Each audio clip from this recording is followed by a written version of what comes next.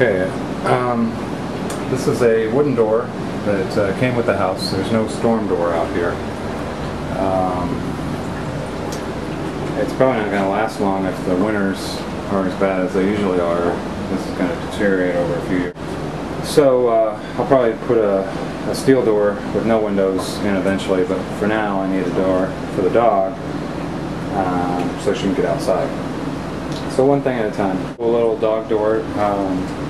I debated on whether to just get like a normal pet door, but after I looked at it, I realized that you're going to lose a lot of AC and a lot of heat during the seasons because the pet will come in and go out, and it's not really closing. It's more like a flap. So it's just this constant covered hole that can get drafty in here, or lose AC, lose the cooling from the house. So this door is actually a pet door that will automatically go up and down and lock when not in use and wait for the pet to approach before it opens again.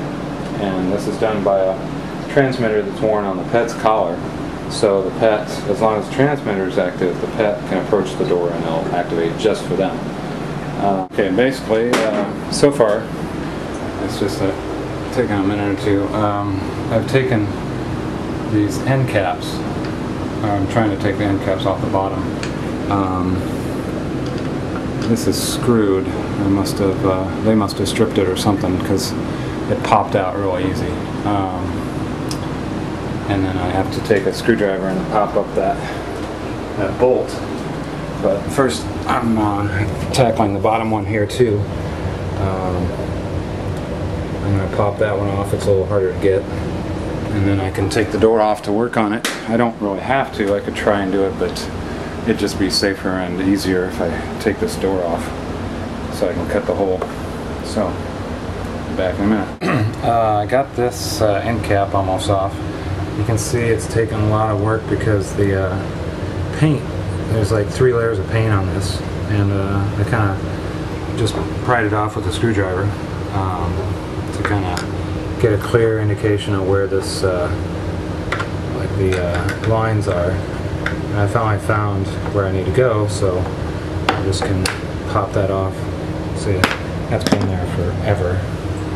I need to clean that up before I put it all back together. See all that paint. Anyway. Alright, so now I can take a screwdriver and just pop that up. Okay, so I've taken a little WD-40 and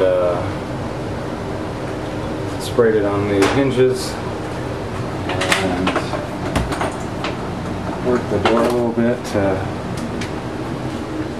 make sure it gets the lubricant in there. I just wanted to protect the hinge a bit with some paper towels so I wouldn't get it all over the door.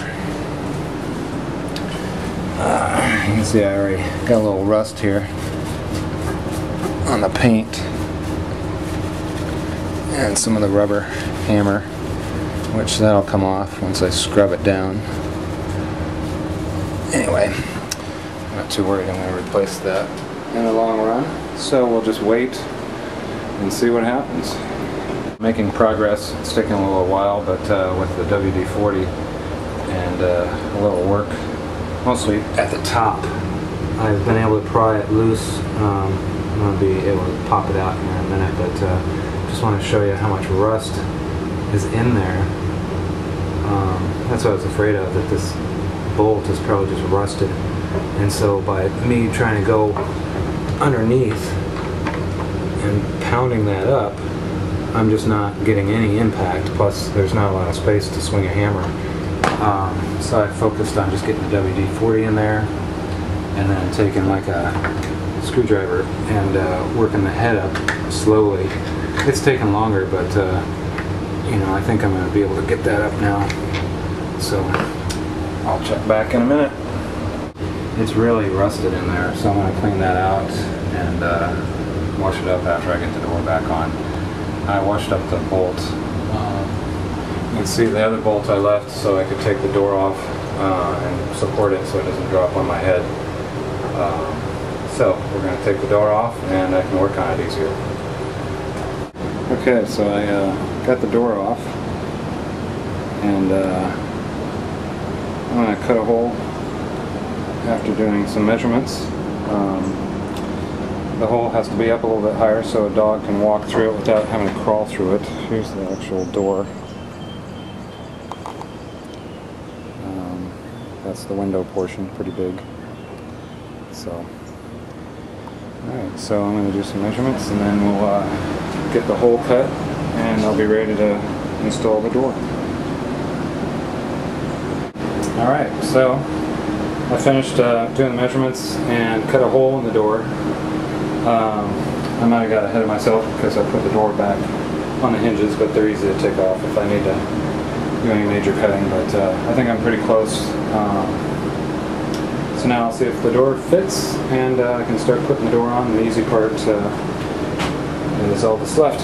Okay, so the door is installed. It went fairly easy. I made a minor mistake on the bottom dimension. I didn't allow for enough space for both the frame on the inside and the outside, but I just recut the door while it was hanging, hence the mess, which I have to clean up. The AC power I don't like because it goes to this wall outlet. I don't have another one, so every time I open the door I have to disconnect this, but I don't plan on, I mean, if I'm opening that door it's usually just once in a while to go out to the patio. Most of the time I'll use the front or the basement door. And I'll move the AC. I can put a power strip over here or something later.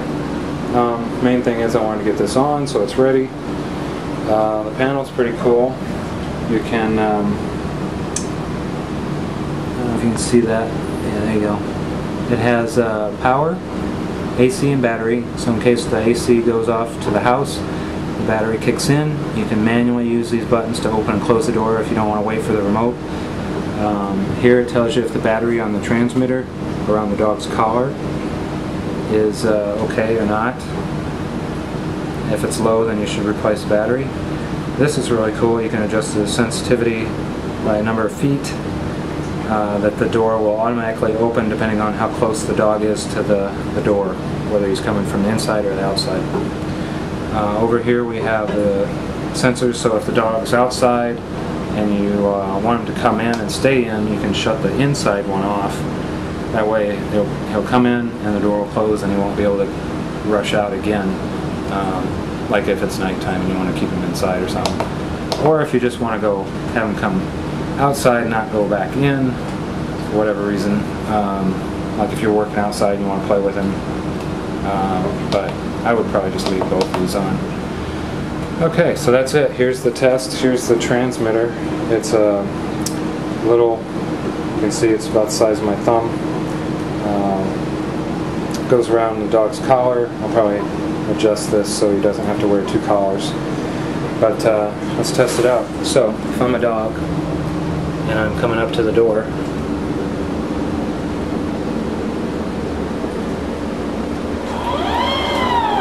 there we go.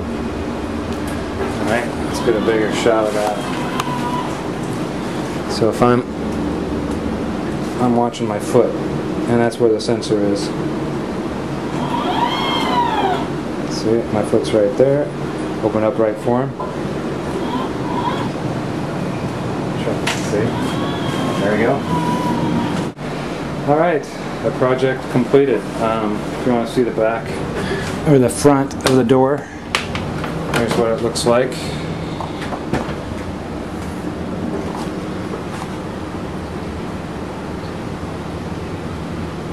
Alright, so since this is it has these panels that goes inside the, you can see inside here it's got a wall or a tunnel that will keep the heat trapped for the most part. I'll probably do some type of sealing later on after I can see how much draft is going out. I don't think it's a lot, but anyway. Alright, that's it.